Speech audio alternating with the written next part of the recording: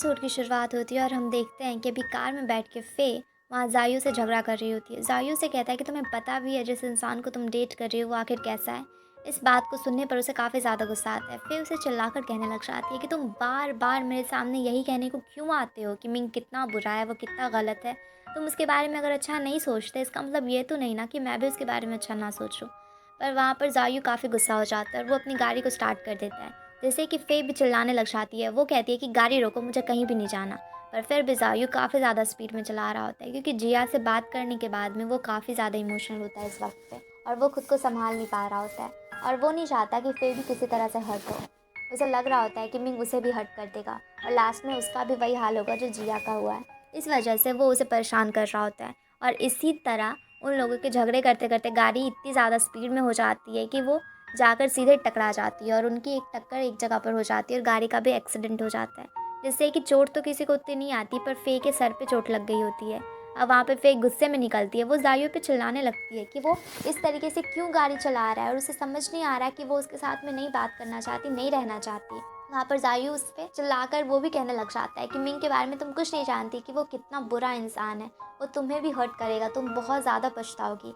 पर यहाँ पर वो चिल्लाकर कहती है कि वो उसे पसंद करती है, वो उससे बहुत ज़्यादा प्यार करती है और अच्छा होगा अगर ज़ायू और फ़े एक दूसरे से अब दोबारा ना मिले। ज़ायू वहाँ पर उससे कहता है कि वो उसे पसंद करता है, पर फ़े जाने से पहले मुड़कर कहती है कि वो भले ही उसे पसंद करे, पर फ़े तो उसे पसंद नहीं करती ना, वो सिर्फ मिंग को पसंद करती है। इतना कहने के बाद वो वहाँ से चली जाती है और घर जाकर वो अपने चोट को देख रही होती है। अगली सुबह वो डॉक्टर के भी पास जाती है। डॉक्टर से कहता है कि एक तरफ तो अभी अभी मैंने कुछ दिनों पहले तुम्हारा चेक किया था, दूसरी तरफ भी तुम चोट लगवा कर आ गई। इस पर फ़े कहती है कि ये आखिरी बार है, अब उसे फिर से चोट नहीं लगेगा।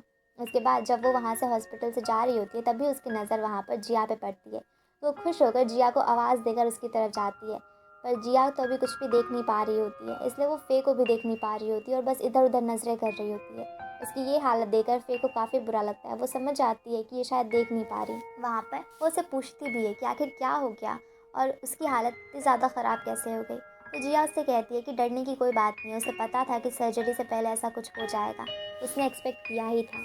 वहाँ पर फ़े उसे समझाती है और कहती है कि उसे स्ट्रॉन्ग रहने की ज़रूरत है, फ़े हमेशा ही उसके साथ में रहेगी चाहे कुछ भी हो जाए। जिया कहती है कि वो अब जीना ही नहीं चाहते, जिस पर फ़े कहती है कि वैसा तो बिल्कुल भी मत सोचना, चाहे कुछ भी हो जाए वो ऐसा ना सोचे, वो हमेशा उसका साथ देगी। उसके बाद वो उसकी केयर टेकर के फ़ोन में हिमालय ऐप भी डाउनलोड करती है और अपने चैनल पे भी जाके सब्सक्राइब करती है और कहती है कि तुम इस चैनल को सुना करना, मैं हमेशा इस पे बातें किया करती हूँ और अगर मैं तुम्हारे साथ नहीं भी रहूँगी तो मेरी आवाज़ सुन के तुम्हें एटलीस्ट ऐसा तो लगेगा कि मैं हमेशा तुम्हारे साथ में हूँ। जब भी मेरी याद आए या फिर जब भी किसी बात से भी तुम अपसेट हो तो इसे सुन लिया करना। और ये जानकर वहाँ पर वो भी काफ़ी ज़्यादा खुश हो जाती है। दूसरी तरफ हम मिंग को देखते हैं जो कि हॉस्पिटल में आता है और ज़ायू से मिलता है। वो ज़ायू को एक डॉक्टर के बारे में बताता है जो कि बहुत ही अच्छा डॉक्टर था और उसने ऐसे बहुत सारे सर्जरीज़ किए हैं और उसका सक्सेस रेट भी बहुत ज़्यादा है और उसे पूरा यकीन था कि अगर ये डॉक्टर सर्जरी करेगा जिया का तो जिया बिल्कुल ठीक हो जाएगी। वहाँ पर ज़ायू उसे कहता है कि वो उससे कोई भी हेल्प नहीं लेना चाहता, पर यहाँ पर जिया की ज़िंदगी का सवाल है, इसलिए वो इस डॉक्टर से भी बात करेगा। पर मिंग ये ना सोचे कि ये कर कर वो उस पर एहसान जता रहा है। मिंग भी उसे कह देता है कि वो कोई भी एहसान नहीं जता रहा है और बेकार में ज़ायू कुछ ज़्यादा सोच रहा है। अब जब वो ऑफिस जाता है तो जुलिंग उसे शो के बारे में बताती है। वो कहती है कि इस बार उसने बहुत सारे लोगों को बुलाया, मीडिया वाले, बिजनेसमैन और भी काफ़ी बड़े बड़े हस्तियों को। इसे सुन के कि मिंग कहता है कि ये शो हमारी कंपनी के लिए बहुत इंपॉर्टेंट है और उसे यकीन है कि जुलिंग इसे अच्छे से हैंडल भी कर लेगी। जुलिंग भी उसे अश्योर करती है कि वो सब कुछ सही से कर लेगी। उसके बाद हम देखते हैं कि वो फ़ान को कॉल करता है और मिंग पूछता है कि फ़े कहाँ पर है। वो उसे कहीं पर ढूंढ नहीं पा रहा होता है। फ़े दरअसल लाइब्रेरी में होती है, वो कुछ फैब्रिक्स वगैरह के बारे में पढ़ रही होती है, कुछ आर्ट के बारे में, ताकि वो अब जब अपनी ड्रेस को डिज़ाइन करे तो शो में एकदम परफेक्ट ड्रेस हो। अब उससे मिलने के लिए वहाँ पर मिंग भी पहुँच जाता है। मिंग वहाँ पर आता है तो वो मिंग को देखकर काफ़ी खुश होती है। मिंग उससे कहता है कि चलो हम कहीं घूमने के लिए चलते हैं। फिर उसे कहती है कि कहाँ, तो वो कहता है कि बस कहीं लेकर जाना है तुम्हें। उसके बाद वो उसे डिनर के लिए लेकर जाता है। वहाँ पर वो दोनों बातें कर रहे होते हैं और एक साथ में टाइम स्पेंड करके काफ़ी खुश होते हैं। तभी वहाँ पर अचानक से मिंग कहता है कि उसके लिए कुछ सरप्राइज़ है और वो वहाँ पे सरप्राइज़ को शुरू करने के लिए कहता है। तो वहाँ पे बहुत सारी लाइट्स जल जाती है एक ही साथ में और वो कहता है कि वो उसके 200 डे पर तो उसके साथ नहीं था, पर अभी 202 डे है, यानी कि उसका 202 डे अब वो उसके साथ में स्पेंड करना चाहता है। और ये सुनकर वहाँ पर फ़े भी काफ़ी ज़्यादा इमोशनल हो जाती है। वो लोग साथ में वहाँ पर डांस कर रहे होते हैं। दूसरी तरफ हम हॉस्पिटल में देखते हैं जहाँ की जिया उसी की ऐप पे जाकर उसके चैनल पे उसकी पुरानी कुछ वीडियोस देख रही होती है। तो पीछे ये वीडियो प्ले होता है जिसमें कि फ़े कह रही होती है कि लाइफ हर एक इंसान के लिए सेम नहीं होती, सबके लिए लाइफ का अलग अलग मतलब होता है। किसी को लाइफ में किसी से बहुत ज़्यादा प्यार हो जाता है पर वो चाह कर भी उसे पा नहीं पाते। और यहाँ पे मैं जायू और जुलिंग को दिखाया जाता है, जहाँ की जुलिंग अकेले में बैठी हुई होती है और जायू बेचारा हार्ट ब्रोकन होकर गाड़ी चला रहा होता है। और फिर वहाँ पर फ़े कह रही होती है कि किसी इंसान के लिए एक फेयरी टेल से कम नहीं है ज़िंदगी। वो जिससे प्यार करती है, उसे जो चाहिए उसे वो सब कुछ मिलता है।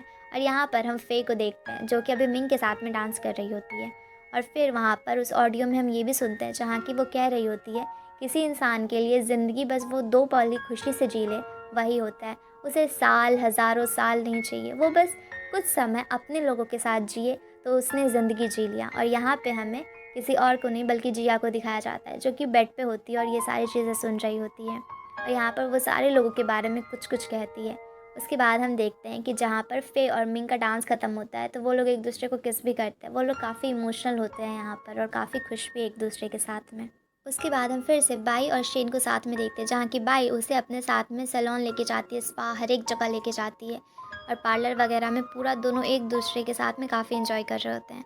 वहाँ पर शेन बार बार बाई इतनी ज़्यादा उसकी जो हेल्प कर रही होती है, इस वजह से वो धीरे धीरे बाई के सामने में बहुत कुछ बताने लग जाती है।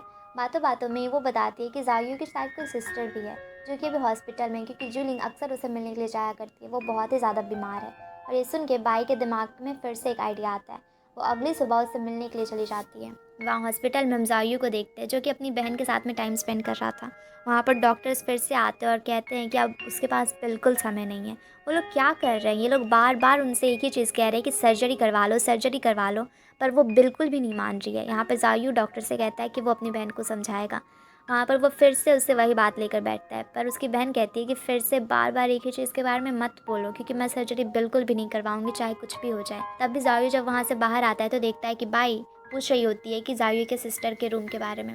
जायू उसे देखता है तो वो काफ़ी गुस्सा होता है, वो उसे बाहर लेकर जाता है और दोनों बात करते हैं। जायू से कह रहा होता है कि तुमने मुझे इतना ज़्यादा परेशान किया, हर जगह मुझे स्टॉक किया, अब क्या मेरी बहन को भी तुम इतना ज़्यादा परेशान करोगे? एटलीस्ट उसे तो छोड़ दो, उसकी तबीयत काफ़ी ख़राब है, इतने समय से वो हॉस्पिटल में है। पर ये सुनने के बावजूद भी बाई तो बिल्कुल समझने को तैयार ही नहीं थी। तो जायू कहता है कि ठीक है, फिर से कोई डिज़ाइन से वही दिखा दो मुझे, पर वो फिर से कोई बकवास सा ही डिज़ाइन दिखाती है। इसलिए जायू कहता है कि अगर उसने अभी के बाद उसे फॉलो किया तो बाई के लिए बिल्कुल भी अच्छा नहीं होगा। ये कहकर वो वहाँ से चला जाता है। वहाँ पर हम देखते हैं कि जिया की केयर टेकर जो होती है वो उसे बता रही होती है कि उसका भाई किसी बहुत ही ब्यूटीफुल लड़की से बात कर रहा है। जायू जब अंदर आता है तो जिया उससे पूछती है कि वो उसकी गर्लफ्रेंड थी क्या। तो जायू मना करता है, वो कहता है ये लड़की और उसकी गर्लफ्रेंड कभी नहीं। उसकी बात सुन के जिया को भी वहाँ पर हंसी आ जाती है। अब हम मिंगजुआन कंपनी का सीन देखते हैं जहाँ के सारे डिज़ाइनर्स काम में जुट गए थे, क्योंकि डिज़ाइंस तो उन्होंने पूरा अच्छे से प्रिपेयर कर लिया होता है। अब बस उन्हें ज़रूरत थी कि उस डिज़ाइन वाले क्लॉथ को वो बनाएं, और मॉडल्स को भी वो लोग बुला रहे होते हैं और सबके मेजरमेंट ले रहे होते हैं और अच्छे से अपने डिज़ाइंस को बनाने में भिड़े हुए होते हैं। दूसरी तरफ हम शेन को देखते हैं जो कि फिर से वहाँ पर बार बार फेक ने किस तरीके से काम किया, क्या किया, वो सब कुछ खबर निकालने की कोशिश कर रही होती है। और उसका जलन अभी तक ख़त्म नहीं हुआ होता है, वो अपनी बेस्ट फ्रेंड से ही इतना ज़्यादा जल रही होती है। दूसरी तरफ हम हॉस्पिटल का सीन देखते हैं जहाँ की जी अपनी केयर टेकर से वो उसे कहती है कि वो फिर से उसे फे वाले चैनल में कुछ सुनाए अगर उससे कुछ अपलोड किया हो तो। उसकी केयर टेकर कहती है कि हाँ उसने कुछ अपलोड किया है, और उससे अब आराम से जिया सुनने लग जाती है, जिसमें कि फेक कहानी बता रही होती है कि वहाँ पर भगवान बहुत पहले उन्होंने कहा था कि उन्होंने एक बहुत ही बड़ी सी आग लगाई थी और उन्होंने कहा था कि अगर इसके अंदर कोई भी चला जाएगा तो वो जो चाहे उसकी हर एक विश पूरी हो जाएगी, वो हमेशा के लिए इमॉर्टल हो जाएगा, उसे सब कुछ मिल जाएगा। तो वहाँ पे बहुत सारे बर्ड्स आए थे। वहाँ पे सबसे पहले क्रो गया हुआ होता है, पर वो कौवा जब थोड़ा ही अंदर गया हुआ होता है तो उसे जलन महसूस होने लगती है और वो उस जलन को बर्दाश्त नहीं कर पाता और तुरंत वहाँ से भाग जाता है। आधे जाकर ही वो निकल जाता है, जिस वजह से वो हमेशा ही काला रह गया। और भी बहुत सारे बर्ड्स ने ट्राई किया पर कोई भी उसके पास तक नहीं जा पा रहा था। दूसरी तरफ एक छोटा सा चिड़िया होता है जिसका नाम फेनिक्स होता है। वो आराम से जाता है, वो तो उड़ भी नहीं पा रहा होता है वहाँ पे और बहुत ही छोटा होता है। सारे लोग उससे कहते हैं कि क्यों जा रहे हो उसके पास में, तुम अंदर नहीं जा पाओगे। सारे लोग उसे मना करते हैं, डिमोटिवेट करते हैं और कहते हैं कि वो कभी भी कुछ नहीं कर पाएगा और जल जाएगा, जल के अंदर ही मर जाएगा। पर फिर भी उसे भगवान की बातों पर यकीन था, उसे खुद पर भी यकीन था और वो उसके अंदर चला जाता है और वो उतनी ज़्यादा आग की पूरी तपन को सहता है। और जब वो वहाँ से निकलता है तो सारी चिड़ियाँ, सारे बर्ड्स उसे ही देखते रह जाते हैं, क्योंकि वो एक बहुत ही ब्यूटीफुल से फेनिक्स में चेंज हो चुका था जिसके कि बहुत बड़े बड़े पंख होते हैं और वो काफ़ी ज़्यादा खूबसूरत होता है, गोल्डन कलर और भी बहुत सारे कलर का मिक्स होता है। वो आसमान में पूरा प्यार से ऊँचे आसमान में उड़ रहा होता है और यहाँ तक कि वो दिखने में भी काफ़ी खूबसूरत था और हमेशा के लिए इमॉर्टल हो गया। तो इस कहानी से हमें यही पता चलता है कि हमें खुद पे, भगवान पे हमेशा विश्वास रखना चाहिए और हम अगर सोच रहे हैं कि हम कुछ कर सकते हैं तो करना चाहिए।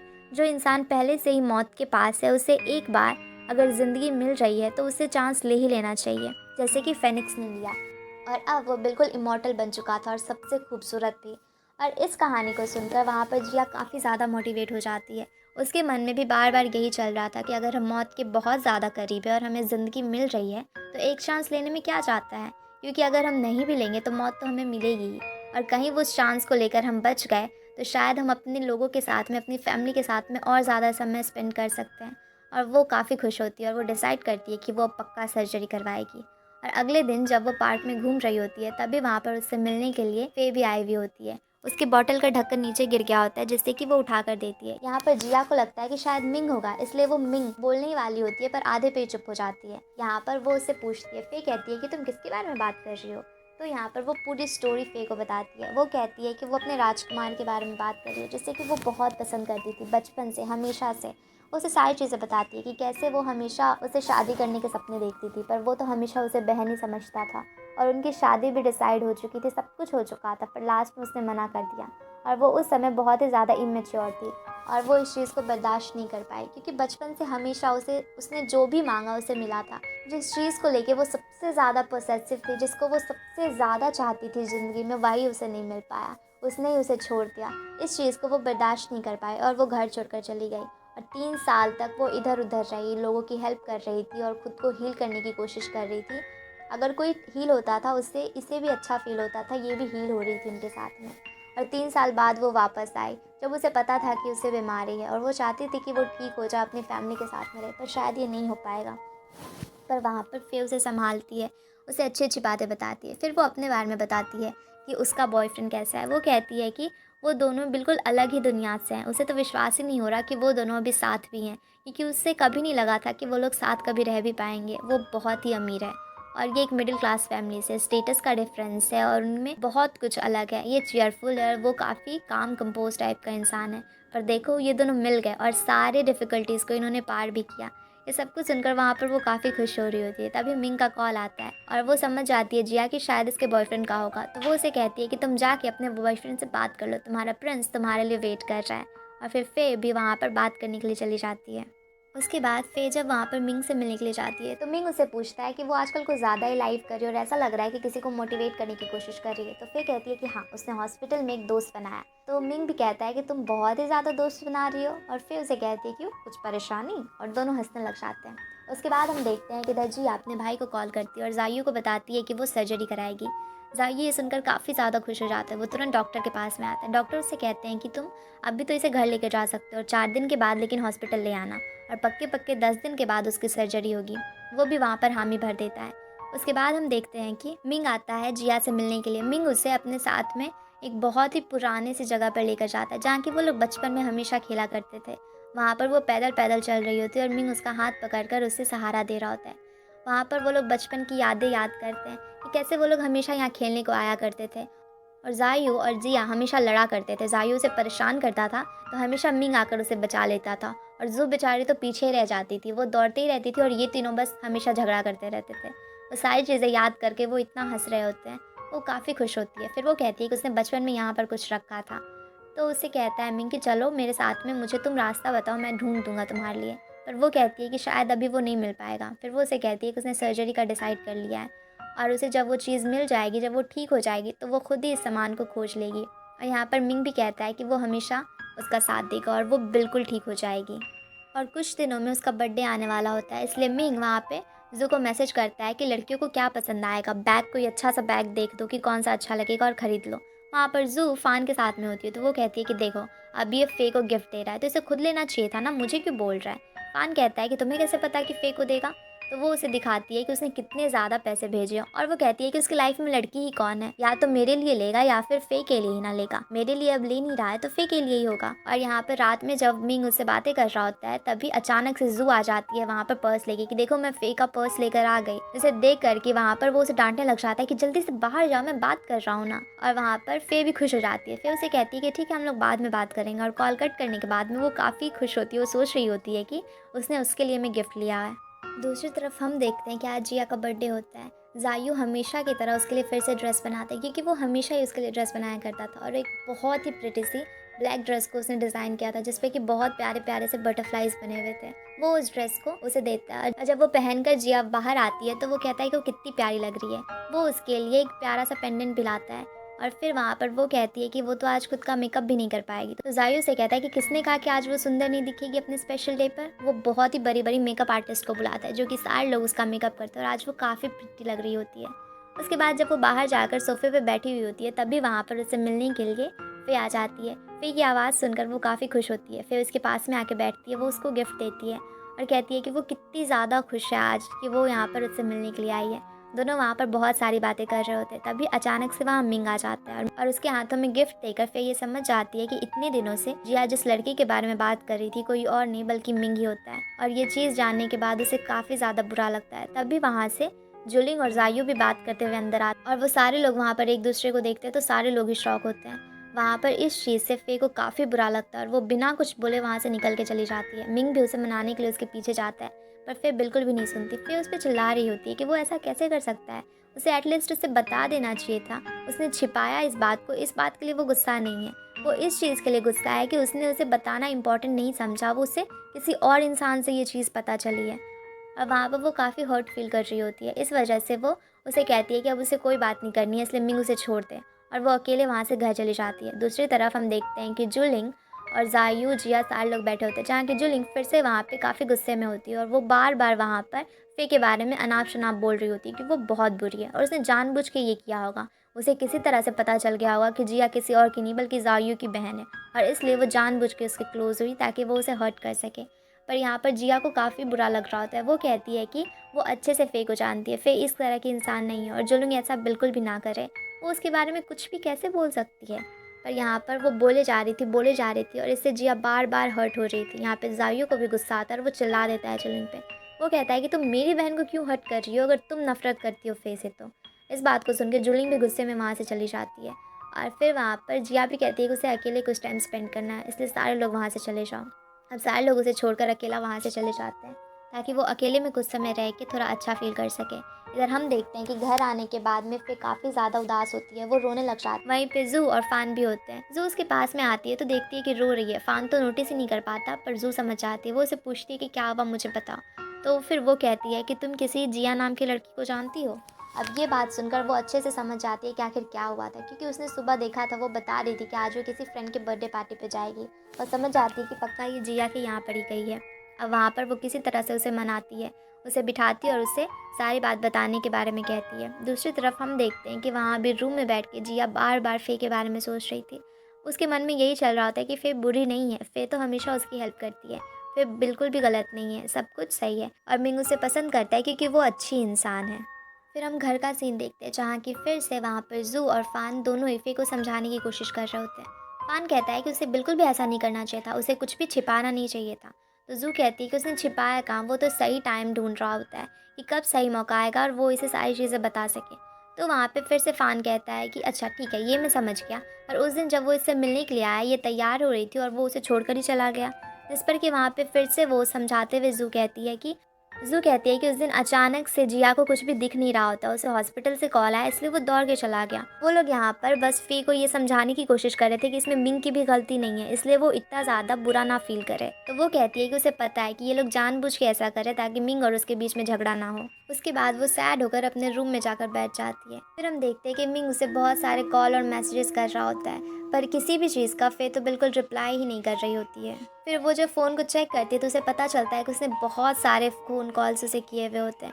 मिंग उसे मैसेज करता है कि वो 20 मिनट में उसे मिलने के लिए आ रहा है, जिससे कि वो एक्साइटेड हो जाती है और जल्दी से तैयार होने लग जाती है। पर तभी मैसेज आता है कि उसे कुछ ज़रूरी काम आ गया इसलिए वो आज उससे मिल नहीं पाएगा, क्योंकि एसएलसी कंपनी के वजह से उसे वापस से कंपनी जाना पड़ता है और वहाँ पे कुछ चीज़ें देखनी पड़ जाती है। अब अगले दिन वहाँ पर फ़े तो काफ़ी गुस्सा आती है, इसलिए वो उसे इग्नोर कर रही होती है। वहाँ पर मिंग भी उस पे ज़्यादा ध्यान नहीं दे पा रहा होता है, क्योंकि अभी आने वाला शो भी बहुत ही ज़्यादा ज़रूरी था कंपनी के लिए। दूसरी तरफ हम शेन को देखते हैं, जैसे कि बाई का कॉल आता है और वो उसे मिलने के लिए बुलाती है। शेन कहती है कि अभी कंपनी में बहुत ज़्यादा काम है, वो नहीं आ सकती, पर बाई उसे कहती है कि बहुत ही ज़रूरी है, इसलिए प्लीज़ वो उससे मिलने आ जाए। जब वो उसके घर पे जाती है तो बाई उसे बहुत सारे पैसे उसके अकाउंट में ट्रांसफ़र कर देती है। शेन पूछती है कि इतने सारे पैसे का वो क्या करेगी, जिस पर कि बाई बताती है कि उसे उसके लिए एक स्पेशल काम करना है। उससे दरअसल शेन के जितने भी सारे डिज़ाइंस थे वो सारी किसी तरह से चोरी करके बाई को देना था। वो कहती है कि वो चेन के डिज़ाइंस को किस तरह से चोरी करेगी, पर वहाँ पर बाई उसे कहती है कि वो अब जैसे भी करे, क्योंकि इतने सारे पैसे के लिए काम भी तो थोड़ा टफ होगा ना। और यहाँ पर शेन बाकी सब कुछ भूल के अपनी कंपनी के साथ भी गद्दारी करने के लिए मान जाती है। वो वहाँ पर बाई के इस ऑफर के लिए भी हाँ कर देती है। फिर हम देखते हैं कि वहाँ पर फे चेंग से बात कर रही होती है कि उसे अपने बॉयफ्रेंड पे बहुत गुस्सा आ रहा है और वो उसे सॉरी कैसे बुलवाए, और चेंग उसे कुछ वहाँ पर टिप्स देने लगता है। चेंग उसे वहाँ पर सारी चीज़ें बता ही रहा होता है कि तभी वहाँ से मिंग आ जाता है। मिंग कहता है कि मेरे बारे में बात चल रही है, पर फे वहाँ पर उसे इग्नोर कर चली जाती है। तभी उसे जिया का कॉल आता है, तो वो उसे मिलने के लिए उसके घर भी जाती है, जहाँ की वो दोनों बैठ के अभी बातें कर रहे होते हैं। जहाँ की जिया कहती है कि उस दिन उसने सब कुछ सोचा और वो अभी समझती है उसमें फ़े की गलती नहीं थी, पर फ़े भी उसे सॉरी कहती है। वो कहती है कि वो अचानक से चली गई और उसने उसका बर्थडे ख़राब कर दिया। पर यहाँ पर वो दोनों ही एक दूसरे को समझ पा रहे होते। तभी वहाँ पर ज़ायू आता है, जिसे देख कर कि जिया कहती है कि तुम फ़े को घर तक छोड़ दो। तो ज़ायू भी वहाँ पर मना कर रहा होता है और फ़े भी अब उससे बात नहीं करना चाहती थी, इसलिए वो भी सीधा मना कर वहाँ से चली जाती है कि वो खुद ही चली जाएगी, यहाँ पर रिक्शा ले लेगी। उसके बाद हम कंपनी का सीन देखते हैं, जहाँ की यांग तो हमेशा इन दोनों के बीच में पैचअप करवाने पर ही लगा हुआ होता है। वो चिंग के पास आकर कह रहा होता है कि मिंग कितना ज़्यादा टायर है और इस शो को लेकर उसने कितने दिनों से अच्छे से खाना तक नहीं खाया, और ये सारी चीज़ें वहाँ पर बैठी बैठी फे भी सुन रही होती है। अब शाम को जब फे और उसकी टीम सारे लोग खाने के लिए जा रहे होते हैं, तो चिंग फे से कहता है कि वो भी चले, पर वो मना कर देती है। तो चिंग समझ जाता है कि ये पक्का मिंग के साथ में खाने के लिए जा रही होगी। उसके बाद फिर वो मिंग के लिए खाना लेती है और वहाँ से वो खाना लेकर उसके ऑफिस जाने वाली थी, पर तभी उसकी नज़र पड़ती है कि मिंग वहाँ पर जुलिंग के साथ में बैठ के खाना खा रहा होता है। दरअसल वहाँ पर वो दोनों काम के सिलसिले में बात कर रहे होते हैं, पर ऐसे उन दोनों को बात करते देखकर उसे बुरा लगता है और अकेले ही अपना और मिंग के लिए उसने जो खाना लिया था वो अकेले ही खाने लग जाती है। चेंग उसे देखता है तो कहता है कि वो अकेले खाएगी, उसकी तबीयत बिगड़ जाएगी, वो हटाने लगता है। पर वहाँ पर वो काफ़ी गुस्से में होती है और बिल्कुल भी चेंग की बात नहीं सुनती। वो कहती है कि वो खुद ही खाएगी, सब कुछ अकेले खाएगी, और वहाँ पर वो और भी ज़्यादा गुस्सा हो जाती है मिंग से। उसके बाद हम कंपनी का सीन देखते हैं, जहाँ की मिंग सारे डिज़ाइनर्स की तारीफ़ कर रहा होता है। उन्होंने आधी से ज़्यादा ड्रेसेस बना ली हुई थी और अब बस कुछ ही ड्रेसेस बनाने के लिए बाकी थे। वो सारे लोगों की तारीफ़ करता है। तभी वहाँ पे चेंग कहता है कि आपको आपकी गर्लफ्रेंड के साथ में भी टाइम स्पेंड करना चाहिए, क्योंकि उनकी टीम में सबको पता था कि मिंग की गर्लफ्रेंड कोई और नहीं बल्कि फे ही है, और अभी तो वर्किंग आवर भी ओवर हो गए हैं। इसलिए अब फाइनली मिंग वहाँ पर फे को लेकर जाता है और वहाँ पर अपनी सारे मिसअंडरस्टैंडिंग को क्लियर करता है। वो बताता है कि वो उसे कितना पसंद करता है और उसे सारी चीज़ें बताता है, और यहाँ पर फे भी मान जाती है और वो दोनों एक दूसरे के गले लगते हैं। दूसरी तरफ हम जिया के घर पे देखते हैं, जहाँ की जुलिंग उससे मिलने के लिए आई हुई होती है। वो यहाँ पर फिर से फे के बारे में गलत गलत कहने लग जाती है।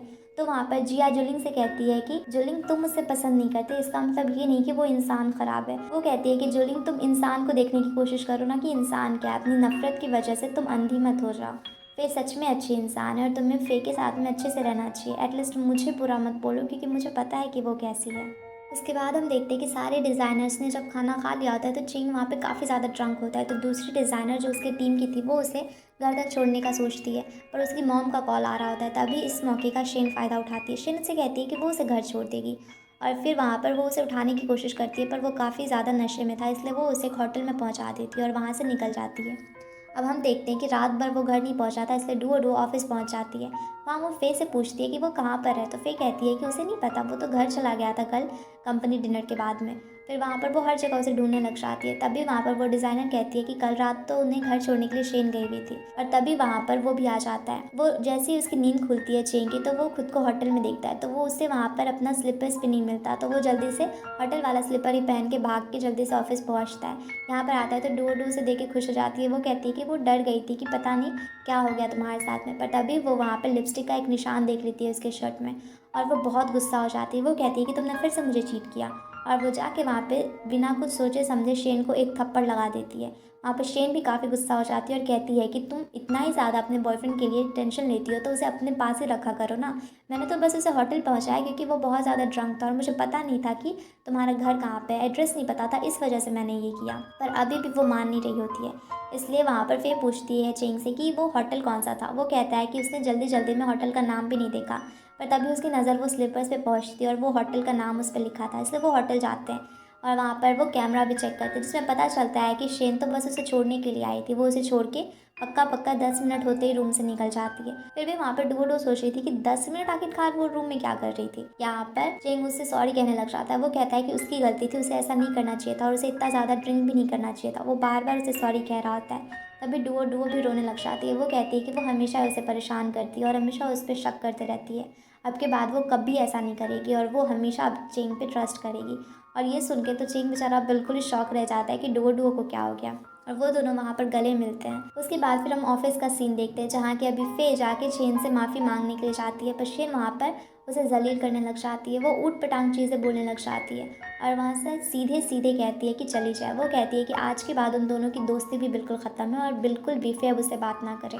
तो ये सब कुछ सोच के इमोशन हो जाती है। घर पे वो उन दोनों की पहले वाली पिक्चर्स देख रही होती है और वो सारी यादों के बारे में सोच रही होती है जो उन्होंने साथ में जो टाइम स्पेंड किया, और उसे काफ़ी बुरा लगता है। उधर हम हॉस्पिटल में देखते हैं जहाँ की जिया के पास में जायू आता है। वो उसके साथ में थोड़ी देर बातें करता है और उसे सुला के वहाँ से निकल जाता है। तभी उसके डैड भी आते हैं जो कि जिया को सर्जरी के लिए वहाँ पर मोटिवेट करते हैं और वो कहते हैं कि वो बहुत ही अच्छा करेगी और उसके साथ में सब कुछ अच्छा होगा। और इसी के साथ में ये एपिसोड भी यहीं पर ख़त्म हो जाता है। Thanks everyone for watching. और वीडियो अच्छी लगी हो तो वीडियो को लाइक करके चैनल को सब्सक्राइब जरूर कर देना।